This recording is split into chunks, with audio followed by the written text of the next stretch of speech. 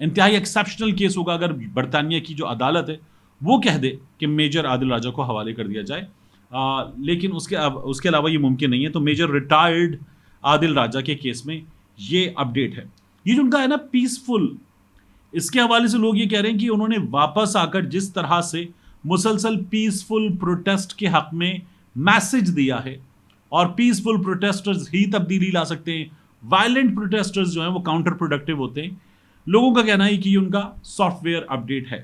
بہرحال میجر عادل راجہ صاحب نے اس سے پہلے اس کے اپوزٹ جو باتیں کی ہیں وہ پاکستان کے اداروں کا کہنا ہے کہ کی ہیں، اور ان کا خود کا جو ہے وہ یہ کہنا ہے کہ وہ پیسفل پروٹیسٹ کے حق میں ہے. یہ ہمارے سامنے اس وقت تک کی صورتحال ہے.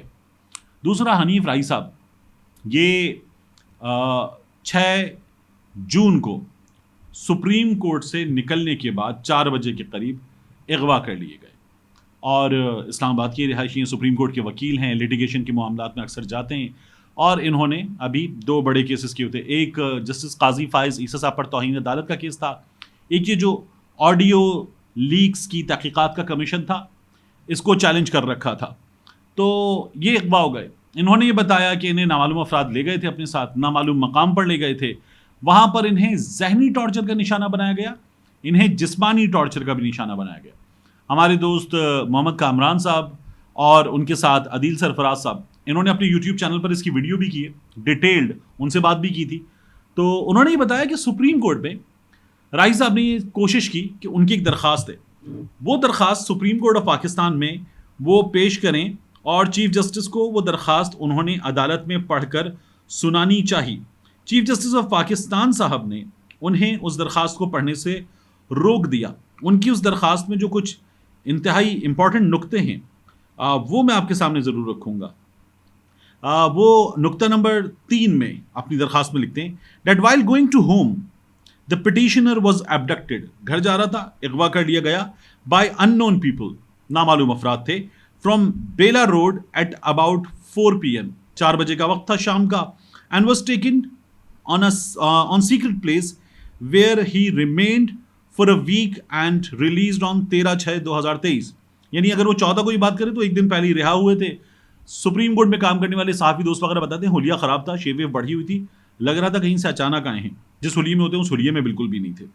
تو بائی ڈراپنگ ہم near to his house his residence that is age, پھر اس کے بعد ان کے گھر کا ایڈریس ہے 16G10(1) کا، اور صبح 4 بجے فجر کی اذانوں کے نمازوں کے آس پاس، اور FIR number 407/23 under section 365 PPC has been registered in the concerned police station PS Ramna. تو وہاں پر درخواست بھی ہو گئی ہے، اور اس میں اب انہوں نے یہ کہا کہ چیف جسٹس صاحب ان کی یہ بات پوری، یہ جو درخواست ہے وہ پڑھنا چاہ رہے تھے، سن لیں. چیف جسٹس نے کہا یہ آپ کا ذاتی معاملہ، بڑا اس پر شور ہوا سوشل میڈیا پر، ہم صحافیوں نے، ہمارے بعض دوستوں نے بڑا شور کیا کہ یہ کیا کیا چیف جسٹس نے، کہ آپ کا ذاتی معاملہ، ایک شخص اغوا ہو گیا، اس پہ ٹارچر ہوا، وہ یہ بتا رہا ہے کہ اس پہ ذہنی تشدد بھی ہوا، اس پہ جسمانی تشدد بھی، اس کا یہ کہنا ہے کہ اسے 1 ہفتہ غائب رکھا گیا. تو چیف جسٹس آف پاکستان اگر نہیں سنیں گے تو پھر کیا ہوگا اس معاملے میں. لیکن ہوا کیا پھر کہ چیف جسٹس نے جو جوڈیشل کمیشن اجلاس تھا اس کے بعد آج انہیں اپنے چیمبر میں بلایا. وہ خود انتظار کر رہے تھے، اور عدیل سرفرازی کہتے ہیں کہ وہ سپریم کورٹ سے نکل رہے تھے تو انہوں نے دیکھا کہ راہی صاحب موجود ہیں. انہوں نے کہا آپ اب تک بیٹھے ہوئے ہیں، تو انہوں نے کہا چیف جسٹس سے مل کر جاؤں گا. چیف جسٹس نے کہا تھا چیمبر میں ملیے گا، تو انہوں نے کہا ملاقات ختم ہو گئی، آپ چلے جائیے. تو پھر چیف جسٹس کے پاس یہ گئے، 10 سے 15 منٹ ان کی ملاقات ہوئی، اور چیف جسٹس نے پھر اس سلسلے میں آرڈر بھی کیا. ہم جو عدالت میں ہوتا اوپن کورٹ میں، اس پہ ہم ناراض تھے، لیکن اب اپڈیٹ یہ ہے کہ چیف جسٹس نے human rights cell supreme court کے ذریعے IG اسلام آباد ان سے رپورٹ طلب کر لی ہے، اور انہوں نے یہ کہا ہے کہ رائی صاحب کو سیکیورٹی بھی دی جائے. اب امید یہ کرنی چاہیے کہ اس کی سماعت اوپن کورٹ میں بھی ہو، لوگوں کے سامنے کچھ حقیقت آئے، اور اگر اوپن کورٹ میں نہیں بھی ہوتی تو چیف جسٹس صاحب نے جو آرڈر دیا ہے اس پر IG صاحب جو ہیں وہ بتائیں کہ یہ کہاں گئے تھے، ان کو کون لے کر گیا تھا، ان کو کہاں رکھا گیا تھا، کیوں لے کر گیا تھا. اس معاملے کے حقائق سامنے آنے چاہیے.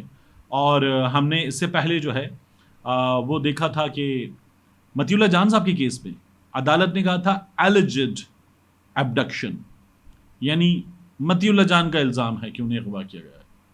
متی اللہ جان صاحب کو اغوا کیا گیا ہے یا نہیں, عدالت نے اس پہ فیصلہ نہیں دیا. عدالت نے کہا alleged abduction. اب یہاں جو ہے وہ چیف جسٹس نے جب یہ کہا تھا ذاتی مسئلہ, تو لوگوں نے بڑا اس پر برا منایا تھا, لیکن کم از کم چیف جسٹس صاحب نے اپنے چیمبر میں سن کر اس پر آرڈر بھی دے دیا ہے. مگر میں تو توقع کرتا ہوں کہ ارشد شریف کیس میں, اس کیس میں, باقی کیسز میں چیف جسٹس صاحب سیدھی بات ہے بے تحاشا وقت لے رہے ہیں, اور ایک بڑا صاف اور آسان مقولہ ہے انصاف کے حوالے سے, وہ ہے justice delayed is justice denied. تو انصاف میں تاخیر انصاف کی موت ہے.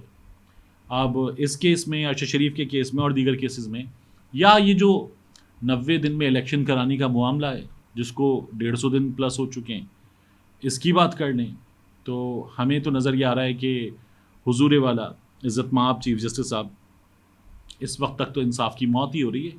Justice delayed is justice denied کی صورت میں ہم یہ مسلسل دیکھ رہے ہیں.